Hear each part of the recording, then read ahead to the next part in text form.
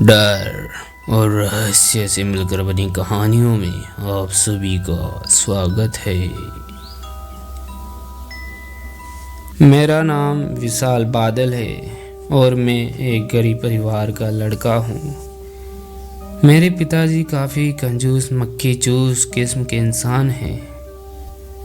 अपनी पढ़ाई का कहूँ तो तारे ज़मीन पर फिल्म के ईशान अवस्थी और मेरी हालत लगभग सेम है।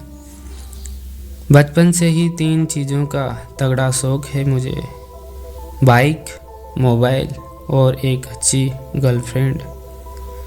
पर मेरी फूटी किस्मत से मेरे पास तीनों ही नहीं थी उस वक्त तक। 10वीं की परीक्षा में मैं 3 बार गुलाटी खाने के बाद पिताजी ने मुझे हाथों से पीटना छोड़ दिया था, क्योंकि उसके बाद उन्हें जब भी गुस्सा आता तो वह छड़ी, जूते, बर्तन जो हाथ लगे उसी से मेरा सत्कार कर देते थे। किस्मत से मेरे मामा को मुझ गरीब पर रहम आया और उन्होंने मुझे एक बढ़िया सा मोबाइल गिफ्ट कर दिया था। काश उन्होंने मुझे कभी मोबाइल दिया ही ना होता।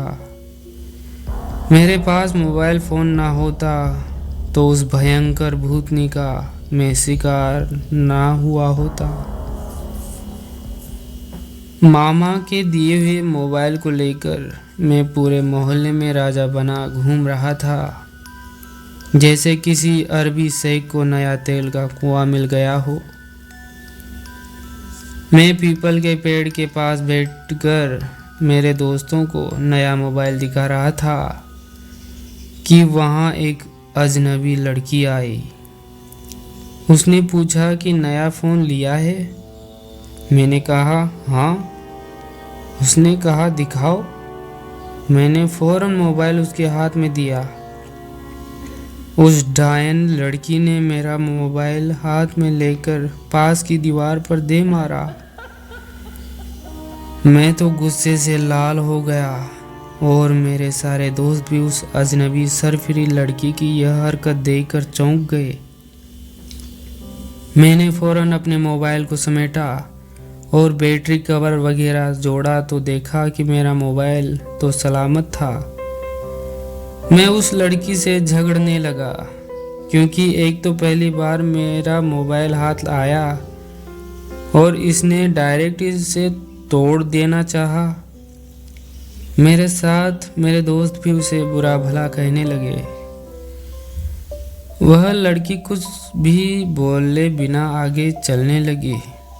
मैं अपने दोस्तों के साथ उसके पीछे पीछे चल दिया। मेरा प्लान उसके घर जाकर उसके माँ बाप से उसकी शिकायत करने का था। हम 4 लड़के उसके पीछे पीछे थे। यह उसे पता चल चुका था। आगे रास्ते में एक अंकल चाय पीते पीते मोबाइल पर बात कर रहे थे। इस लड़की ने उस अंकल को धक्का दे दिया और उसका भी मोबाइल छीनकर रोड पर पटक दिया और आगे बढ़ गई। फिर यह आफत आगे एक गार्डन में घुस गई। वहाँ एक लड़की पेड़ के नीचे खड़ी खड़ी मोबाइल पर अपने बॉयफ्रेंड से बात कर रही थी। इसने उस बेचारी लड़की को करारा तमाचा मार दिया और उसका भी मोबाइल छीनकर गार्डन के फव्वारे में फेंक दिया। हमने फौरन उसका रास्ता रोका और मैंने उससे कहा कि बहुत चर्बी चढ़ी है, पुलिस को बुलाऊं क्या? वह घुर्राते हुए बोली कि हाँ बुला लो।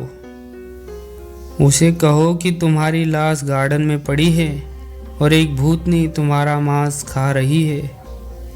इतना बोलकर वह उल्टी मुड़ गई और मेरे दोस्त बोले कि चल यार, ये कोई मेंटल पगली लगती है।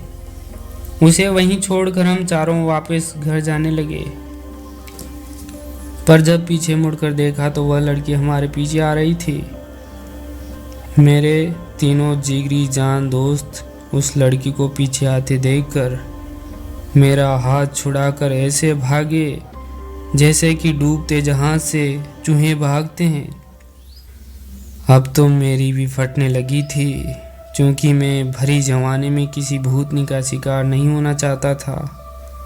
भागना तो मैं भी चाहता था, पर मेरी खोखली मर्दानगी ने और मेरे अहम ने मेरे पैर बांध लिए। कुछ ही मिनटों में वह लड़की मेरे साथ चलने लगी। मुझे पता नहीं था इस बार वह मेरा मोबाइल फोड़ेगी कि मुझे फाड़ेगी। गली की नुक्कड़ पर पहुंचते ही उसने मेरे बाल पकड़ लिए और फिर से मेरा मोबाइल मांगा। मैंने मना किया तो उसने मुझे मेरे बालों से पकड़कर ज़मीन से 3 फीट ऊंचा उठा लिया। मेरे तो रोंगटे खड़े हो गए और गला सूख आया। उसने मुझे बालों से हवा में लटका रखा था और वह खुद भी हवा में थी। उसने मेरा नया मोबाइल मुझसे छीनकर अपने दांतों से चबा डाला। मैं पागलों की तरह चिल्लाने लगा तो उसने मुझे ऊपर से नीचे की ओर ज़मीन पर पटक दिया और वह आकाश की ओर चली गई। मैं वहीं बेहोश हो गया। जब मैं होश में आया तो मेरे आजू बाजू मेरे गद्दार फट्टू दोस्त मौजूद थे। हैरत की बात थी कि मेरा मोबाइल मेरी जेब में सही सलामत था, जबकि उस भूतनी लड़की ने मेरे सामने मोबाइल चबाया था। मेरे झूठे दोस्त कहते हैं कि वह कभी मुझे छोड़कर भागे ही नहीं थे और उन्होंने कहा कि गार्डन से लौटते वक्त मैं ही पलटकर उस लड़की के पीछे फिर से गया था। भगवान जाने कि मेरे साथ हुए उस दर्दनाक हादसे की सच्चाई क्या थी। और हाँ, अब मैं मोबाइल यूज़ नहीं करता हूँ क्योंकि मैं नहीं चाहता कि वह भूतनी फिर से मुझे पकड़े और बाल पकड़कर हवा में लटका दे। इस बात का कोई पक्का प्रमाण तो नहीं है, पर मेरे एरिया के लोग कहते हैं कि कुछ सालों पहले एक जवान लड़की चार्जिंग लगा मोबाइल फ़ोन पर बात करते हुए मोबाइल की बैटरी के फट जाने से मरी थी। यह उसी बदनसीब लड़की का भूत होगा जो लोगों को हर वक्त मोबाइल से दूर रखना चाहता है। शायद उस लड़की की आखिरी ख्वाहिश यही थी कि कोई भी व्यक्ति मोबाइल से ना मरे। तो दोस्तों, आपको ये डर और रहस्य से मिलकर बनी कहानी कैसी लगी? ऐसी ही डरावनी और रहस्य से मिलकर बनी कहानियाँ सुनने के लिए चैनल को सब्सक्राइब लाइक ज़रूर करें। तो मिलते हैं नेक्स्ट वीडियो में, तब तक के लिए डरते रहिए।